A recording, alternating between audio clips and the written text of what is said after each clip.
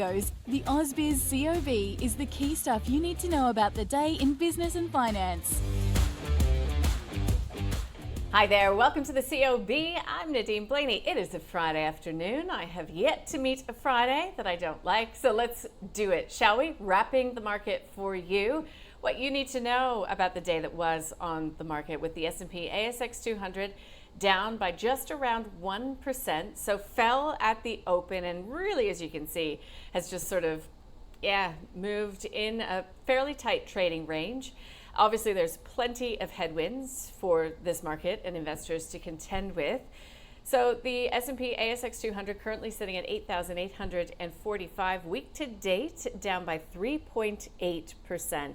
E-minis, though, in the US are now mildly positive, with the S&P 500 E-minis putting on 15 points. NASDAQ E-minis up by about 0.3%. Of course, anything can happen between now and the start of the US session. We've got the US President Donald Trump urging Iranian Kurds to attack Iran as the war continues to widen.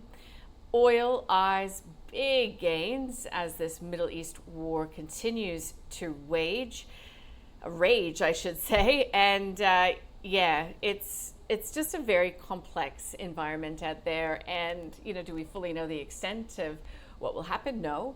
Do we know the extent of how what has already happened will ultimately impact energy markets, ultimately impact consumers? No. So there's a lot. I'll be speaking with Shane Oliver from AMP in just a tick about inflation concerns here at home. Really came to light. We heard from the RBA Governor Michelle Bullock this week at the AFR Summit, talking about every meeting being live.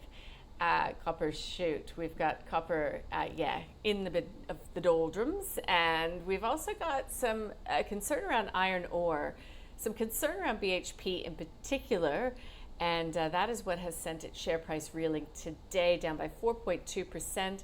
China raising the red flag when it comes to some of its dealings with BHP. And gold, Northern Star is off by 7.8%. We've got a lot of data to contend with as well. Still to come in the US session, US non-farm payroll data specifically. So we're having expectations of interest rate cuts being wound back, part and parcel because of the inflation story and the unknowns around this energy price. But also because the US economy seems to be going along quite strong. All right, let's get to some of these sectors. Sector-wise, copper being smashed, Capstone down by 5.7%, Sandfire down by 9%, gold also getting smashed. I mentioned Northern Star already. Well, Evolution is off by about 6% as well. So that's copper and gold. Let's take a look at some tech names. Bit of buying here for WiseTech Global. 9.65% higher to $52.16. I think a few of the bargain hunters are moving into this sector. All right, Deep Yellow has reported a first half loss of $7.78 million, so widening from the previous corresponding period. Meantime, Sky City Entertainment is facing a potential class action over its online casino operations in New Zealand. Qantas has hit a near 1 year low on that conflict in the Middle East, and TVN, as the ticker code, has committed $1 million in funding to support Indigenous communities in Central Australia. Meantime, Magellan Financial rose, about 2.2%. So actually, more like 8% after the Lowy family took a 5% stake in the group.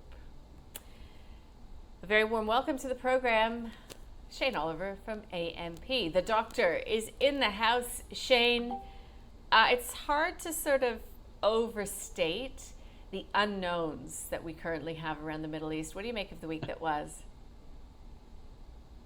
Well, to borrow from someone who is associated with previous Middle East wars, you could refer to known unknowns and unknown unknowns. And I think it's the unknown unknowns that can sometimes get us. But look, to be honest with you, if we come into this, I'd have to say share markets were somewhat vulnerable anyway. We'd seen 3 years basically of good gains, record highs in many markets, including our own, which did actually reach a new record high on Monday after the war started. Valuations were somewhat stretched. Risk premiums to bonds were very low. and there was a bunch of threats. Obviously, this is one of them, and it came to pass over the weekend. So far, I think markets are taking a reasonably benign view. I know we get excited about 2% moves in markets and see that as a big deal, but just bear in mind, back in the GFC, markets came down 55%, tech reg 50%, at least in the US. Australia was a lot less.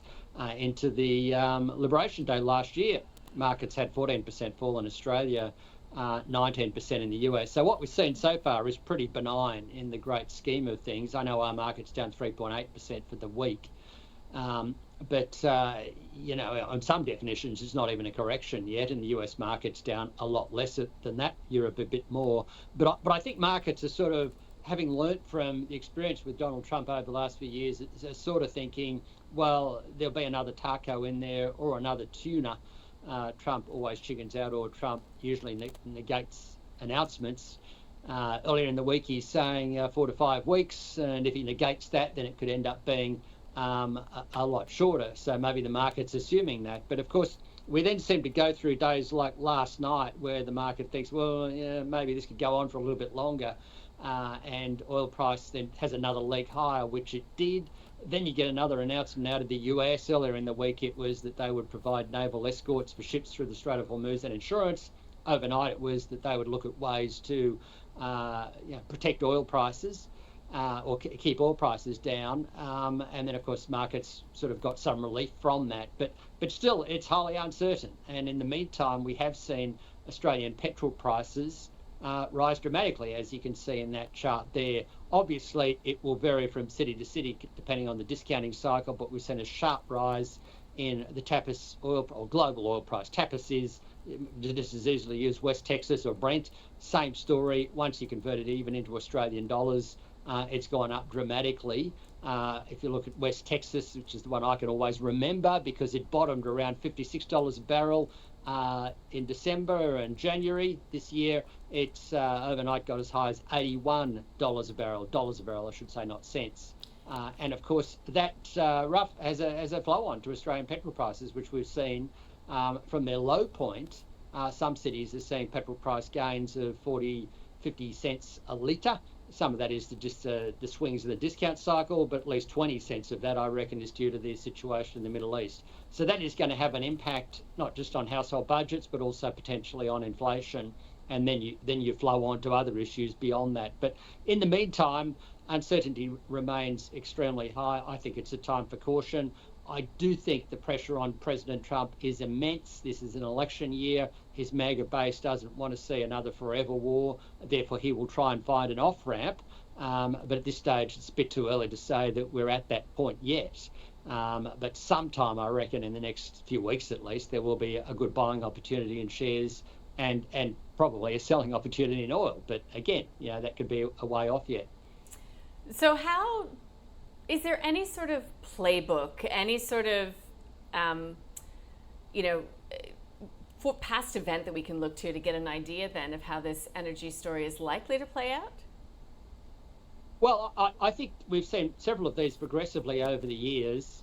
Those in the 70s probably are not the best guide because they were sharp rises in oil prices, and then for various reasons we went into recession. But back then, the oil intensity of GDP globally was many multiples of what it is today. We used a lot more oil in our petrol in our cars were less fuel efficient and so on. So you had a much bigger impact. But obviously the mid-70s did result in or contribute to a major bear market at the time.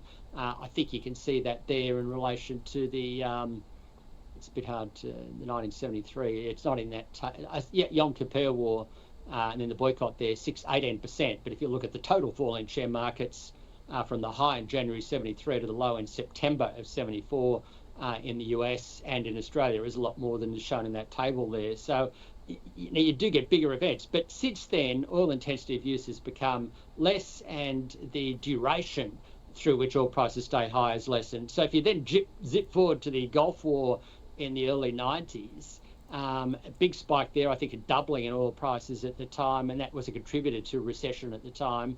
But almost as soon as the war starts, the oil price starts coming back down. And it's a similar story with 2003, the second Gulf War with Iraq. As soon as the bombs start dropping, the oil price starts coming back down. And that one did not stop the economic recovery that was occurring in 2003 at the time as we're coming out of the tech wreck. So you can make an argument over time they've had less and less of an impact. But I think about the point from that table that we just put up there is that there's lots of geopolitical events through time. They tend to result in a shock to markets. Investors get very nervous. Some people sell, and then invariably markets find a bottom, and then you get a rebound. And I think we'll probably see something like that. It's just trying to time all of that, I think, is going to be really, really hard. But the reality is Trump faces an election this year, lots of pressure from MAGA base. This is, when you look at most of the polls I've seen, this is a very unpopular war in the US compared to Afghanistan and Iraq. And so, therefore, I think he will find an off-ramp here, which ultimately we'll see things settle down again. It just might take a while yet. Yeah, well, I mean, he and his MAGA friends did say that they would not be dragging the US into any wars. Yeah. Famous last words. All right. Look, we're not going to solve all of that right now, Shane. I did mention that we heard from the Federal Reserve, the RBA Governor Michelle Bullock. Boy, it's a Friday this week. What did you read into her comments? Well, I read into them that they occurred after the war started. So if you look at her comments Wednesday a week ago, after the CPI came out at the time, she said that it's roughly in line with their expectations. That it's not at all clear as to which way they should go on rates or something to that effect. So that seemed relatively benign, albeit with a tightening bias. Then you zip forward to her comments on Tuesday, which were after the war started on Saturday, but before the GDP numbers came out. They were a lot more hawkish, talk about every meeting being live, questioning how long the Reserve Bank can afford to be patient for in terms of getting inflation down. I reckon what happened was that the Reserve Bank saw all those headlines, watch AusBiz, watch whatever. Lots of talk about higher petrol prices, higher inflation, a 40-cent litre rise in petrol prices, which could correlate to roughly a $40 a litre, $40 a barrel rise in global oil prices, would translate to about a 0.7% addition to headline inflation. So she's worried that if that occurs, we'll go through yet another year where inflation's above target, and therefore they're kind of thinking, well, maybe they should signal that they might have to raise interest rates again soon, potentially as soon as March. And you can see there, though, that the money market's still saying 30% chance of a March hike, and then one is fully priced in by May. I reckon it's a little bit more complicated than that. We're a little bit more optimistic that inflation will come down a bit faster and therefore head off those hikes. But I'd have to say it's a very, very close call, and I'm not overly confident that we'll avoid further hikes. And I can understand where the RBA is coming from. A lot of economists like myself and people at the RBA well know what happened in the 70s. And a big mistake then was they let inflation stay too high for too long, and then inflation expectations rose. Then it got really, really hard to get it back down again. What is giving you and the team there confidence that we will see inflation start to wane? Well, I'm an optimist, so maybe that's what's happening in my case. I should make reference to somewhere up there's an astrology book, which I just thought of Kyle and Jackie. You and Jackie O. Maybe if you see that, you'll accuse me of being into astrology. No, but I'm not using astrology to get some optimism here. But what is giving me confidence, I think, is several things. Most of our confidence was before the events in the Middle East and the surge in oil prices. But on that, I don't know that demand is overly strong in the economy, but there were some odds and ends in there which drove it up. Travel costs was one of them. Some of the other components in there seemed a little bit temporary to me. It seemed like that the consumer is very dependent on getting sales activity through, discounting activity, and I don't think wages growth is overly strong. And those things sort of make us think that we'll probably see the inflation numbers come down a little bit faster. Now, that said, obviously there is this new threat from higher oil and petrol prices, and so that's certainly an issue. But there is a flip side to that. If petrol prices go up 40 cents a litre, that will cost the average household in Australia about an extra $14 a week or $730 a year, and that's quite a blow to spending. So you could see this boost to headline inflation But for underlying or trim mean inflation, it could actually be a detraction as consumer spending slows down. And then when you look at the GDP numbers, consumer spending and the GDP numbers were a bit on the soft side. We had the household spending indicator out yesterday. It was a little bit on the soft side. And then we had some of the wage measures and unit labour costs in the national accounts, which are also a little bit softer. And so maybe they're positive indications regarding inflation coming down a bit faster. But I'd have to say it's all become a lot more uncertain now with the situation in the Middle East. So with that in mind, I mean, sometimes you just need a little escape, don't you? And I understand that you and your colleague, Miboy, really like watching Bridgerton. But I don't know. I mean, what's an economist doing watching a really interesting period piece? A bit raunchy too, I gotta say, Shane. I mean, yeah, that was the time. I mean, the first Bridgerton I saw was Bridgerton #1 back in 2020, and that was when we were all locked down. And I thought this was just amazing. It was one of the best TV series I can recall, and it really got me into those shows like on Netflix and what have you. I wasn't as much into them before, but I thought that was fantastic. I loved the second season. I love the fact that it's like DEI on steroids. So now I can watch it and say, you know, stuff you, Donald Trump, you know, watching DEI and Bridgerton, because that's what it is. Yeah, it's DEI and steroids. And the show benefits from that. I mean, initially I thought, well, maybe hey, you can't have people from Asia and Africa and Regency England. You know, it doesn't work. But then I thought, well, it actually does work. It works really well. And then I get to season #3, and by then I'm sort of getting a bit sick of it. But and I sort of stopped partway through, and then my wife said, well, you've got to, if we're going to watch season 4, we've got to go back to season 3. And then I really got into season 3, but that one was really, really good. And so by the time I get into season 4, which was a couple of weeks back, I'm really primed. There's lots of things I love about Bridgerton. Obviously, the DEI and steroids, diversity. You know, women play a huge role in that show. The music that creeps in. You know, you got to look for the song. I heard Yellow couple of weeks back. I think that's in season 3. I'm sure I heard Enchanted in episode 2 of season 4, you know, Taylor Swift. So it's a case of guess the song. And there's also that point that me Bowie came up with, and that is that marriage is a difficult thing because there's information asymmetries. You don't know everything about the other person, whereas Lady Whistledown is actually providing information. She's a source of information. She's reducing these information asymmetries there, and that I think is a great service. And then, of course, the government, in the form of the Queen, jumps in, and she wants to unmask Lady Whistledown, and of course that's what happened in season 3. And that was the point where I got off a little bit when she was exposed. I think at the end of season 2, But then I sort of came around again. I thought I actually love Lady Whistledown. I love Julie Andrews as the narrator there. But it just highlights the danger of government intervention. It gets harder for Lady Whistledown to some degree to do her job because everyone knows that she's Stephanie. She's one of the characters in the series, and so it just highlights the dangers of uncontrolled government intervention. I think governments the Queen really needed to think twice, I think, before she did that. Because it could actually lead to a deterioration in the marriage market, so to speak, in this case. Anyway, lots of angles from that show, but I'm only up to season. I think Mibu has seen the whole thing. I'm only up to season 3, episode 4, I think, at the moment. So we've got to go. I think I might get caught up myself now. Shane, always it's appreciate your time on a Friday afternoon. And your camera, you got to have a ghost in that house. It's got a mind of its own today, Shane, I've got to say. I know, it's gone crazy. I'm seeing it go all over the place. I thought I had the thing under control. I have a feeling it's because I upgraded my iPad. Mm-hmm. And so if I move over here, then it moves with me. It's just weird. Something's going on with the camera in the iPad. See, it's off center now. Yeah. All my media training's gone out the window. I'm trying to keep track of where I am on the screen. I feel like Stephen Colbert. You know where Stephen Colbert does that funny stuff in his show? Anyway, moves around relative to the camera. Oh, too good, Shane. Have a good one. Have a good weekend.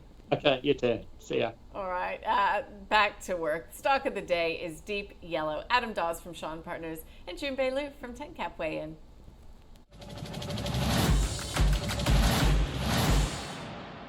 Always stick with the quality, Andrew, and certainly Deep Yellow doesn't scream quality for me, going forward. I think overall, the market's a little bit perplexed about their final investment decision for the Tumas mine.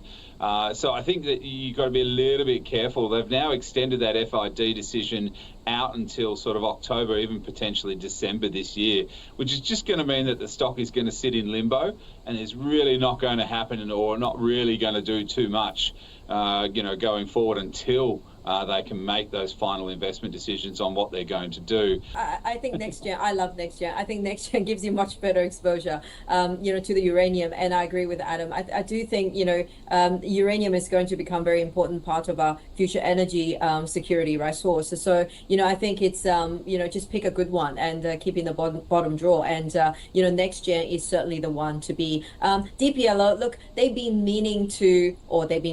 the company needed to raise capital, from last year. And now they have to push out the FID decision and everything else. They haven't got enough money. They need to raise capital.